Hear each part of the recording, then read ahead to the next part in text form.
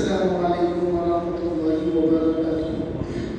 الحمدللہ رب العالمین والصلاة والسلام علی سید الاولین والآخرین نبی الانبیاء والمرسلین وعلی آلہ واصحابہ ومن تبعهم بإحسان إلی یوم الدین، اما بعد فاعوذ باللہ من الشیطان الرجیم، بسم اللہ الرحمن الرحیم۔ ولو انهم ظلموا انفسهم جاءوك فاستغفروا الله واستغفر لهم الرسول لوجدوا الله توابا رحيما، صدق الله العظيم۔ وقال رسول الله صلى الله عليه وسلم: لا تجعلوا قبري عيدا، او كما قال عليه الصلاة والسلام۔ حاجیوں آؤ شہنشاہ کا روزہ دیکھو، کعبہ تو دیکھ چکے، کعبے کا کعبہ دیکھو۔ ناظرین مسامعین، اس آیت پر پچھلے اتوار بھی کچھ گفتگو ہوئی ہے۔ اس آیت کا مفہوم اور اس کا مراد، اس کا ترجمہ سیدھا سیدھا ہے۔ وَلَوْ أَنَّهُمْ يَظْلَمُونَ، اے میرے محبوب، حضور سے خطاب ہے۔ اللہ فرما رہے ہیں: اے میرے محبوب، اگر ان سے اپنی جانوں پر ظلم ہو جائے، اس اگر یہ آپ کے پاس حاصل ہوگا، اللہ سے استغفار طلب کریں اور آپ بھی ان کے لیے استغفار طلب کریں، تو اللہ کو بہت توبہ قبول کرنے والا اور رحم کرنے والا پائیں گے۔ یہ حکم حضور صلی اللہ علیہ وسلم کی حیات مبارکہ میں بھی تھا صحابہ کے لیے، اور اس حکم کو صحابہ اور تابعین نے حضور کی دنیا سے پردہ فرمانے کے بعد بھی سمجھا ہے، مانا ہے۔ اور آج ہمارے لیے بھی یہ ہے، اور اس میں قیامت تک کے لیے جتنے بھی امتی ہیں ان کے لیے یہ حکم ہے۔ امام مالک نے فرمایا ہے اس حکم کے تحت حضور کے پاس حاضری دینا واجب ہے سب کے لیے، وہ جو استطاعت رکھتا ہے یا جو حج کو جاتا ہے۔ آگے بتاؤں گا میں آپ کو۔ اب حدیث شریف کو میں نے پڑھا کہ لا تجعلوا قبری عیدا، کئی احادیث مبارکہ ہے حضور کی بارگاہ کی زیارت کی فضیلت میں، لیکن اس حدیث کو سمجھنے کے لیے یہ ہے کہ حضور فرمائے لا تجعلوا قبری عیدا، میری خبر کو عیدگاہ نہ بناؤ۔ اب اس کے دو نظریے ہوئے۔ ایک نظریہ جو اہل سنت والجماعت کا ہے، اور ایک نظریہ وہ ہے جو تھوڑا سا الگ ہے ہمارے سے۔ وہ یہ کہ حضور کی بارگاہ کے پاس جو لوگوں کا آنا جانا دیکھتے، لوگ دیکھ کے بولتے نہیں ایسا بار بار آنا جانا نہیں ہے، عید کی طرح نہیں منانا ہے، عید کی طرح مزار اطہر پہ حاضری دینا نہیں ہے، خوشی کی طرح خوشی سے کئی باتیں نکالتے۔ یہ ہمارا عقیدہ نہیں ہے، یہ ہمارا نظریہ نہیں ہے۔ اہل سنت والجماعت کا نظریہ یہ ہے۔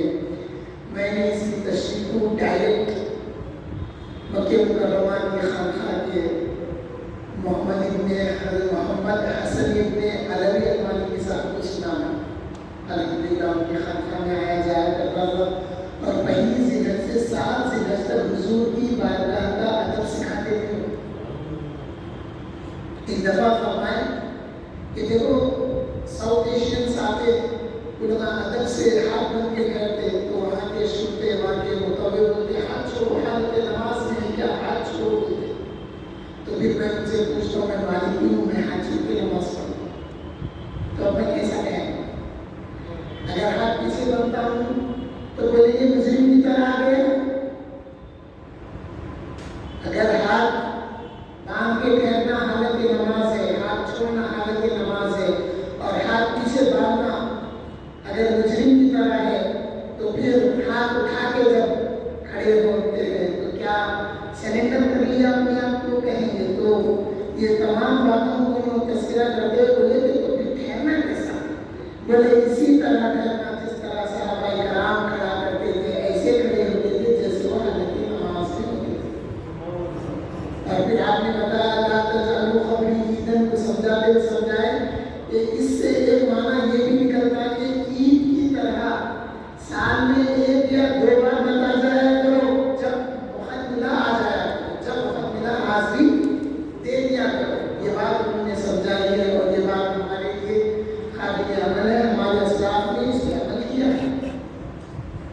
اب دیکھیے حج اور حضور کی بارگاہ کی زیارت کی جو بات ہوتی ہے، حج فرض ہے بے شک، حضور کی بارگاہ کی زیارت کی اہمیت الگ ہے۔ اگر کسی پہ حج فرض ہوا، وہ حج کو گیا اور اس نے حضور کی زیارت نہیں کی، تو حضور صلی اللہ علیہ وسلم نے فرمایا جس نے حج کیا اور وہ میری زیارت کے لیے نہیں آیا تو اس نے میرے ساتھ جفا کی، وقت جفا بھی فرمایا، اس نے میرے ساتھ جفا کیا۔ حج کیا، استطاعت تھی مدینہ جانے کی مگر پھر بھی نہیں گیا۔ ہم کئی لوگوں کو دیکھ کے جاتا حج کرتے 13 تاریخ 14 تاریخ کا ریٹرن ٹکٹ رہتا آ جاتے، نہیں تو کسی عمرے کو گیا تھا، وہ عمرے کو جانا الگ چیز ہے۔ حج کے ساتھ حضور کی بارگاہ کی حاضری نہیں کرنے پر حضور نے فرمایا کہ اس نے میرے ساتھ جفا کی۔ تو حاضرین و سامعین، جیسا ہم لوگ حضور کی بارگاہ کی حاضری کا لفظ استعمال کرتے ہیں، میں حضور کی بارگاہ میں حاضری دیا، میں حضور کے روضے پر حاضری دیا، حاضری کا لفظ استعمال کرتے، زیارت کے لفظ کو امام مالک نے پسند نہیں کیا۔ امام مالک فرمائے کہ زیارت کا لفظ حضور کے لیے استعمال نہیں کرنا ہے۔ وہاں پر دو توجیحات بتائی گئی۔ ایک توجیہ یہ بتائی گئی کہ حضور نے پہلے فرمایا تھا قبروں کی زیارت کرنے والوں پر اللہ کی لعنت ہو، تو یہاں پہ زیارت کا لفظ آیا، پھر جو لعنت کا بھی لفظ آیا، تو یہ جو زیارت کا لفظ ہے اب یہ حضور کے لیے استعمال نہیں کرنا ہے۔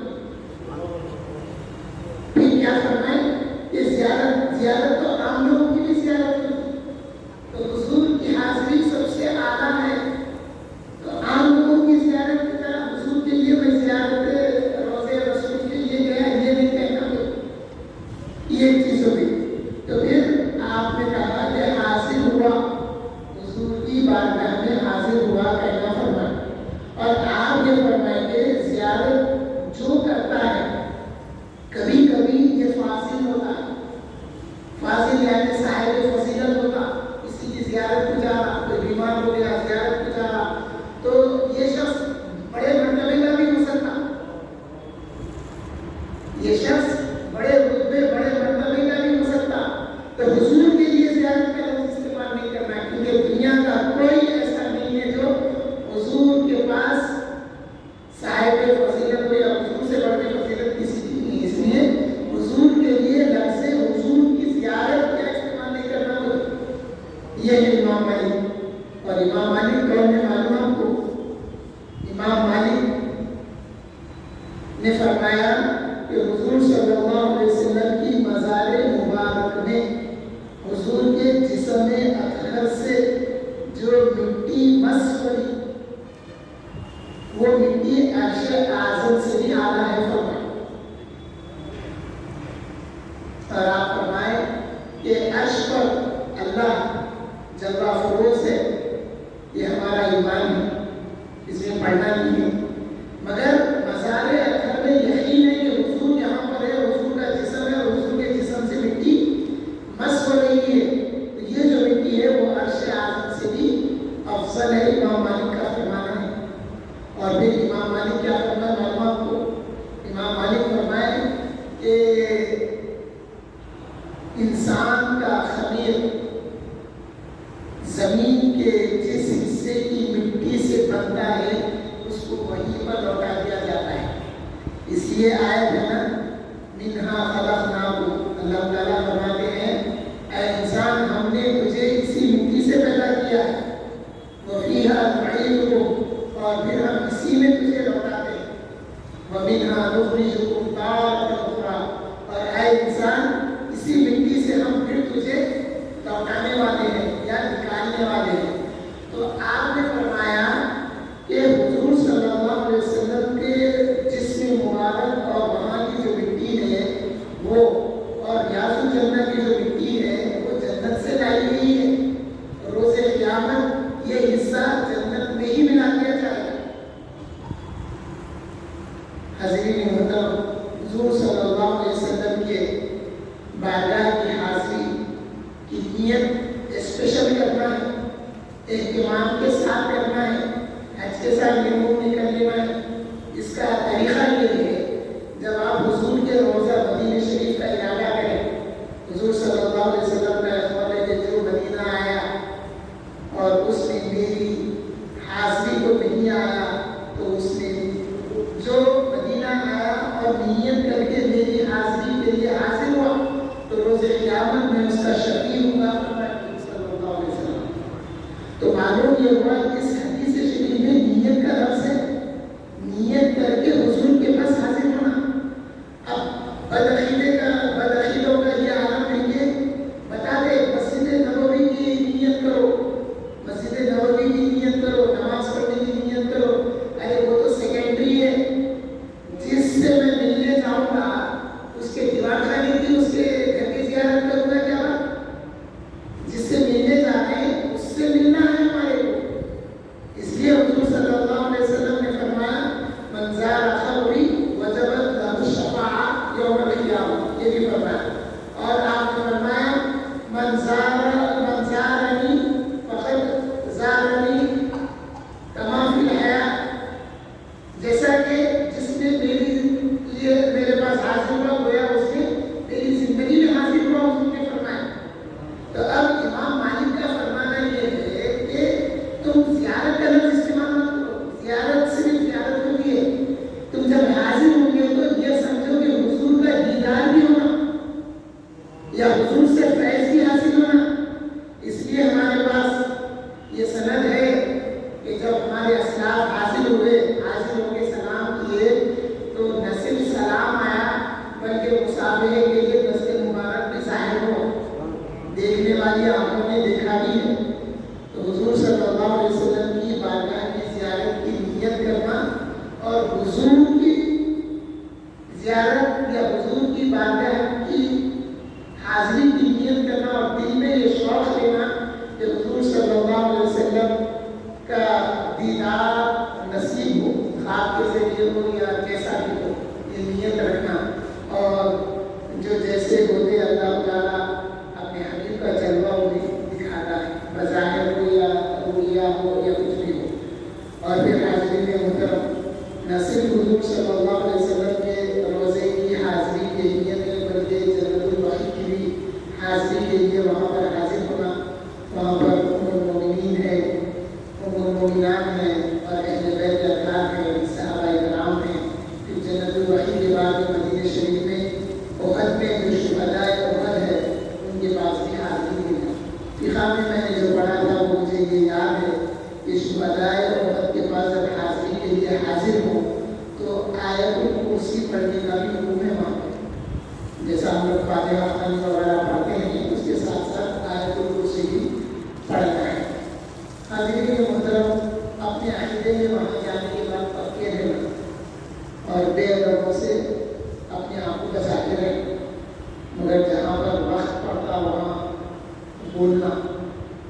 ایک دفعہ میں جنت البقیع میں ٹھہر کے چھوٹی یاسین آتی تھی، 2 انچ کی چھوٹی یاسین شریف پڑھ رہا ہوں، میرے پاس آگے مطلع یاسین کھینچ دیا۔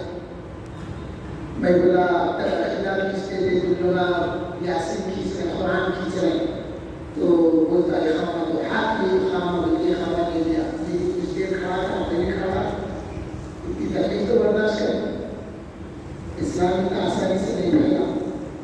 تھوڑی دیر ٹھہرا، اس کے بعد میں بولا تیرے خانے میں 16 شہر کی انٹری تھی، ہم آرپیڈی میں کام کرتے تھے، 16 شہر کی انٹری تھی، جب ٹریولنگ پیپر لینا پڑتا تھا جو 15 دن کی ویلیڈیٹی ہوتی تھی اس کی، پوچھا کرا بھیجا وہاں کا وقت سا ہو گیا، شہدائے احد کے پاس کھڑا ہوا ہوں۔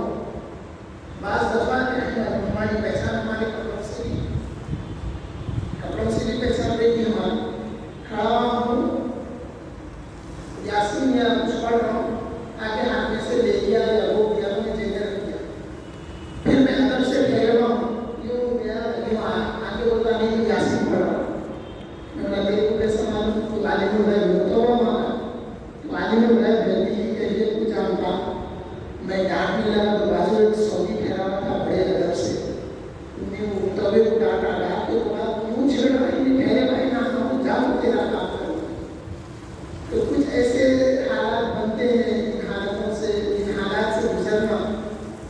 بھی ایک مجاہدہ ہے، مگر حضور کی بارگاہ کا ادب کا خیال کرنا. جب حاضر ہوتا دلائل کو خیرات پڑھتا تھا، نماز سے پہلے، جمعہ کی نماز سے پہلے ختم کیا بھی فجر کے بعد سے اندر پڑھنے بیٹھتا تھا. وہ کون مانیٹرنگ کرے کہ ایک بار آیا ہے کہ آگے بحث کرنے لگا، اس کے بعد سے میں وہاں نہیں بیٹھنے لگا، باہر پڑھنے لگا. وہاں پہ بحث نہیں کیا اس کے ساتھ. تو حضور کی بارگاہ کا ادب کا خیال کرنا ہمارے لیے ضروری ہے، اور وہاں کے بے ادبوں کے ساتھ قریب میں حضور کی بارگاہ کے الجھنے سے پرہیز کرنا، اپنے آپ کو بچاتے ہوئے نکل جانا. اور جو حج کو گئے ہیں ان لوگوں کو چاہیے کہ حضور کی بارگاہ کی حاضری کی بھی نیت کریں جب حج ختم ہو جائے. یا حج سے پہلے جب مدینہ شریف حاضر ہوئے تو یہ جو آئے تھے اس پہ عمل ہو گیا. اب اللہ سے دعا کرنا کہ یا اللہ میں روزے رسول پر حاضری دیا ہوں، یا اللہ اس حاضری کے فیل میں میرے حج کو آسان فرما، میرے حج کو قبول فرما. اور اگر کوئی حج کر لیا ہے تو اگر حج کرنے کے بعد میں حاضر ہوا تو پھر دعا کرنا کہ اللہ جو کچھ حج کیا ہے میں نے حضور کے بارگاہ کی حاضری کے فیل میں میرے حج کو قبول فرما. اور یہ بات کو میں آزمایا ہوں. جب ہم حج کو گئے تھے، حج کرنے گئے تھے تو راستہ بڑا کٹھن تھا اور دھوپ بڑی تیز تھی. ایسا احرام ڈالے، حج کے بعد بھی کا حصہ بلیک ہو گیا اور کھان نکل گئی. تو جب ہم واپس آئے، عرفات سے واپس آ رہے ہیں تو اتنا آسان ہو گیا تو میرے کو ایک احساس ہوا اندر اندر کہ گناہوں کا بوجھ لے کے چلے تھے. جب عرفات سے واپس ہو گئے تو وہ بوجھ جب نکل گیا تو پھر ہم اپنے آپ کو ہلکا سمجھے اور آج ہمارے لیے آسان ہو گیا ہے. اللہ تعالیٰ سے دعا کرتا ہوں کہ اللہ تعالیٰ ہم سب کو حضور صلی اللہ علیہ وسلم کی بارگاہ کی حاضری نصیب فرمائیے. اللہ جو میرے والدین نے حاضری کی ہے اس کو قبول فرمائیے، اس کا صلہ